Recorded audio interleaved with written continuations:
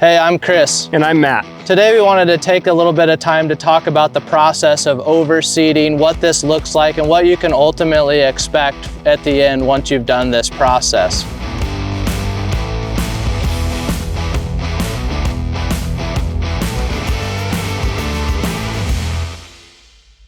So we're standing here in a recently overseeded lawn right now, and I just want to kind of walk through timeline and some other steps with Chris. So Chris, can you talk a little bit about spring versus fall and what the benefits might be? Yeah, we like to overseed or do new seedings in the fall versus the spring in most parts of the country. The reason we do this is because the fall offers some strategic advantages to us. One of them being soil temperatures are still warm, but nighttime temperatures are cool. We also have a lack of weed pressure or less weed pressure in the fall compared to the spring. So that offers us some advantages when we put new seed down and have open soil exposed. I think you really hit it there, you know, with soil temperatures, with the weed pressure. I like that the overnight temperatures are dropping down too, not increasing like we see in the spring. So I think those are really the key points that I'd consider. Once we've decided on a season to attack this with, what's some of the first steps that you're going to take with the existing lawn to get it ready for that renovation or for that overseeding? Yeah, so one of the first steps we're going to take is to really determine the level of overseeding or new seeding that we're going to be doing. So when you talk about overseeding, I kind of look at it two ways. Are we really trying to dramatically change the overall look of the lawn with new genetics, or are we just coming in after a hard summer where we might have had some loss of turf and we already have decent looking turf and we just want to fill in those bare areas or add some extra density? So we look at it in two ways. There's really, you know, a light approach, and then there's like a heavy approach to the whole process. I gotcha. And like in the lawn like this, what approach would you consider this to be, more the light or the heavy side? So in this specific lawn, this homeowner wanted to really change the look and feel of the lawn, and so we went in pretty heavy and pretty aggressive on the approach here. So we came in, we really scalped this lawn down from maybe a 4-inch mowing height all the way down to about 1 inch. We also came through multiple directions with a thatcher and pulled out thatch, and what we wanted to do here is expose some of the soil in the surface of this lawn. And so we exposed that soil, and what that's going to do is give us good contact with our seed that we've invested in and get that to the soil surface versus, you know, sitting on the top of the grass and not really having that contact with the soil. Absolutely, and I think that's where a lot of DIYers and homeowners miss, is not getting enough of that thatch out, so you don't get that soil to seed contact, and then you don't get the germination and emergence that you'd expect. Correct. So we've got the timeline figured out, we've scalped this down, we've dethatched it heavily to expose some soil. Now we probably have to pick seed and seeding rates. So you want to walk us through maybe some species selection for the cool and transition zones?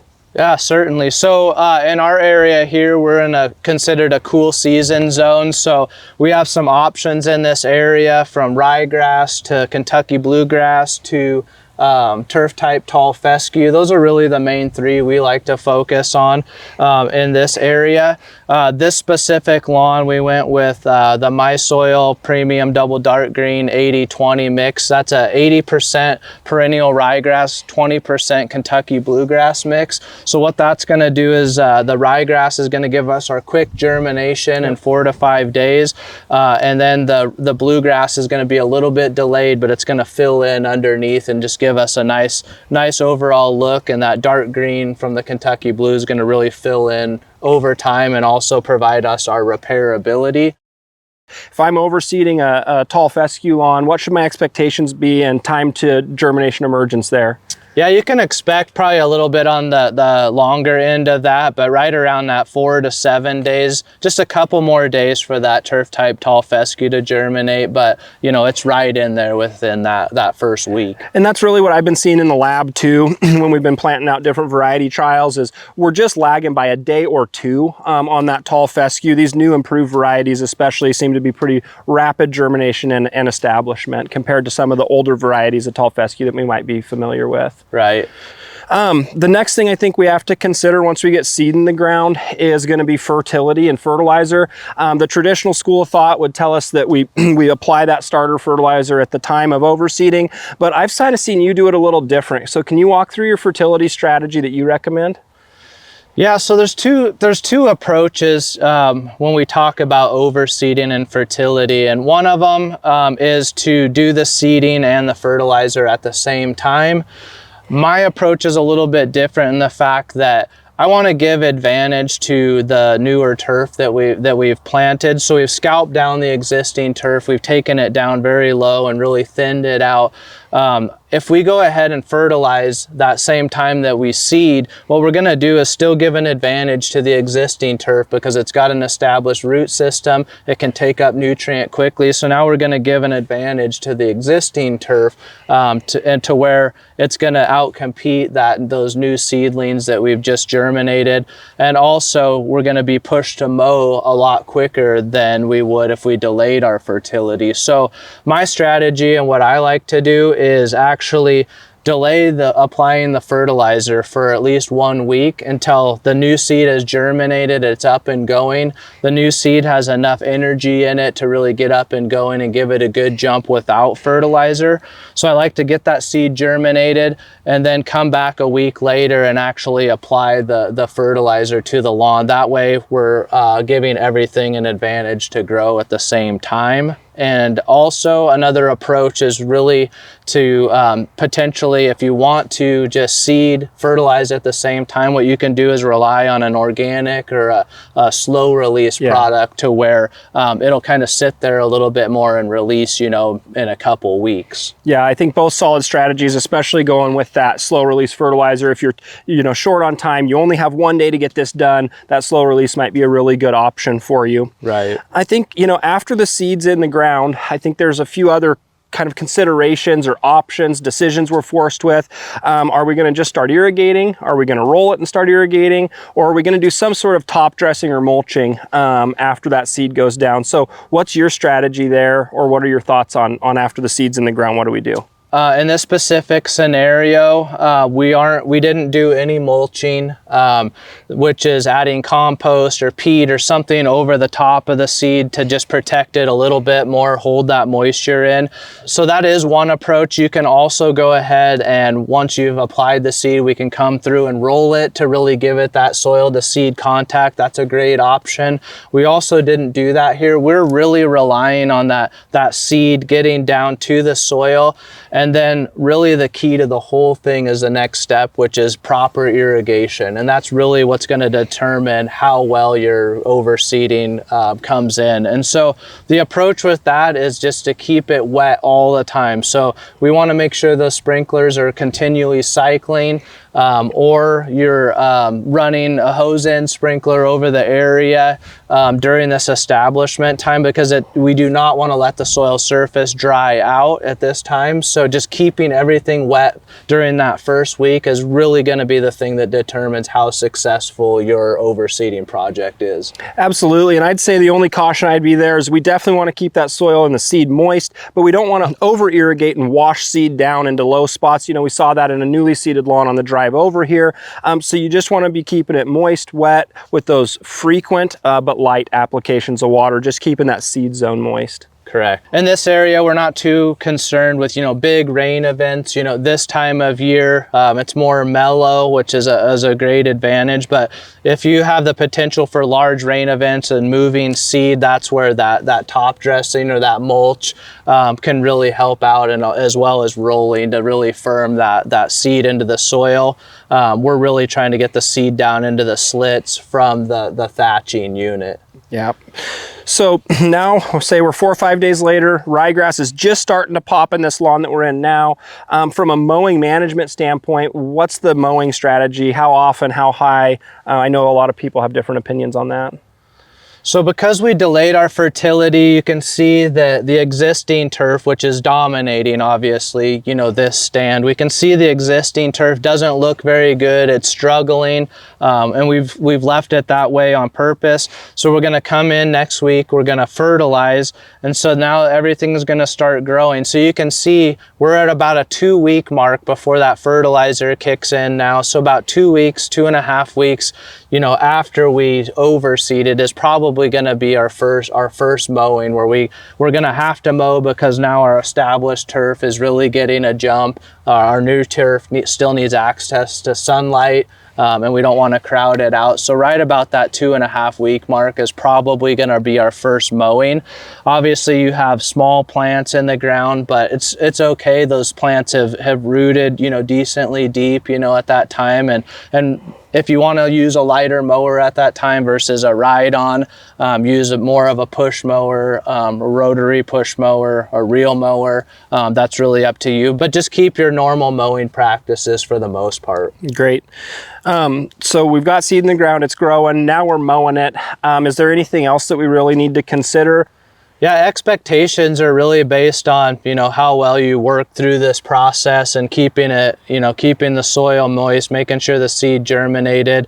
And, you know, from there, it really depends on how aggressive you were in your thatching and your seeding rate and what you should expect in return. So as I said early on, if you're going for, you know, just a light overseeding to fill in on a lawn that's already pretty nice, your expectations are going to be, you know, you're going to have those areas fill in and the lawn's going to look nice. If you're looking to really dramatically change the overall appearance of a lawn like we're trying to do here, you know, you're going to want to see some of the newer cultivars, those darker genetic colors show up, you know, over this existing turf. Sure. And then something else, you know, and if you did the lawn tour video with Kris on Soil Lab a while back, you know that first year or so that perennial ryegrass is really going to predominate. And then that second year, that blue is going to really start to fill in. So this lawn's going to continue to get darker and darker over the course of several years. But we should expect basically month 1 results. Yeah, no, that's not unreasonable in this scenario. The other thing that I'll see some homeowners run into, and as I look around here, it'll be interesting to see how these come in. You still might have some bare patches here and there. Don't hesitate to go out there, weasel those, throw a little extra seed and mulch on them, just to give those a little advantage if you're not coming in those bare spots like you want to. Yeah, certainly. One thing that I notice in this lawn is there are a few weeds here and there. It's not overbearing whatsoever, but Kris, could you just speak to a little bit of pre-emergent weed control, post-emergent weed control, and what our strategies are there? Yeah, so this lawn in particular, not a ton of weed pressure in this lawn.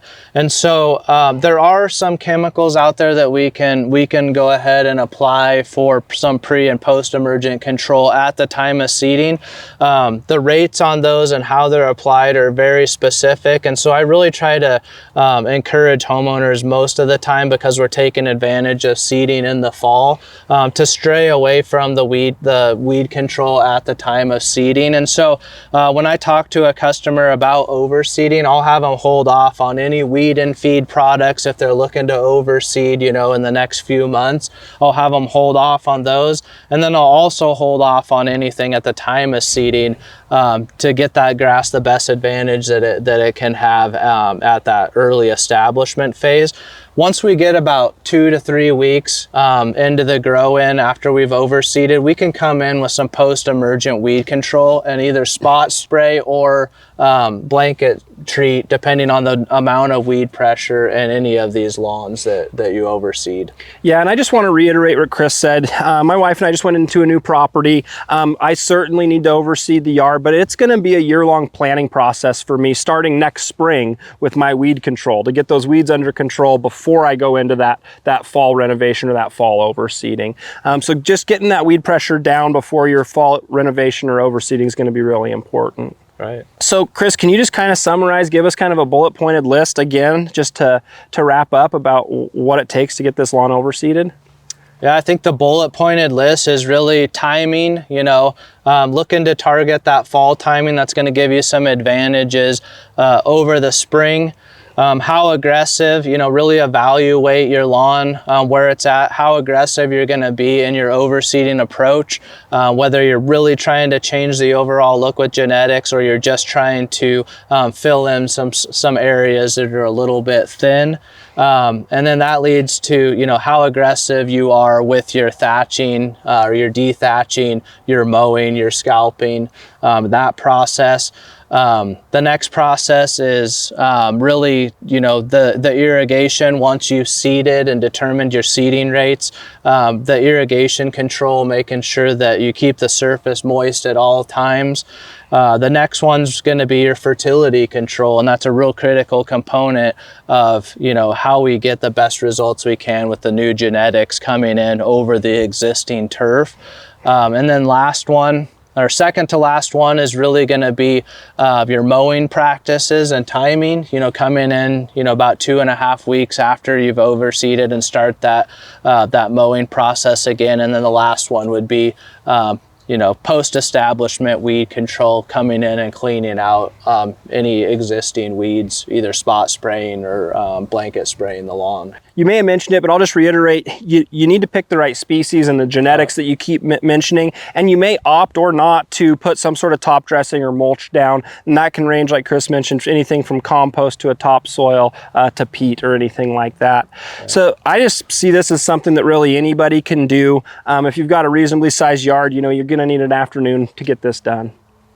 Yeah, so planning's key. You want to have it planned out, not try and rush it and do it right. If you're going to spend the money on quality seed genetics, they're not cheap, but the results will be something that you'll really be rewarded with.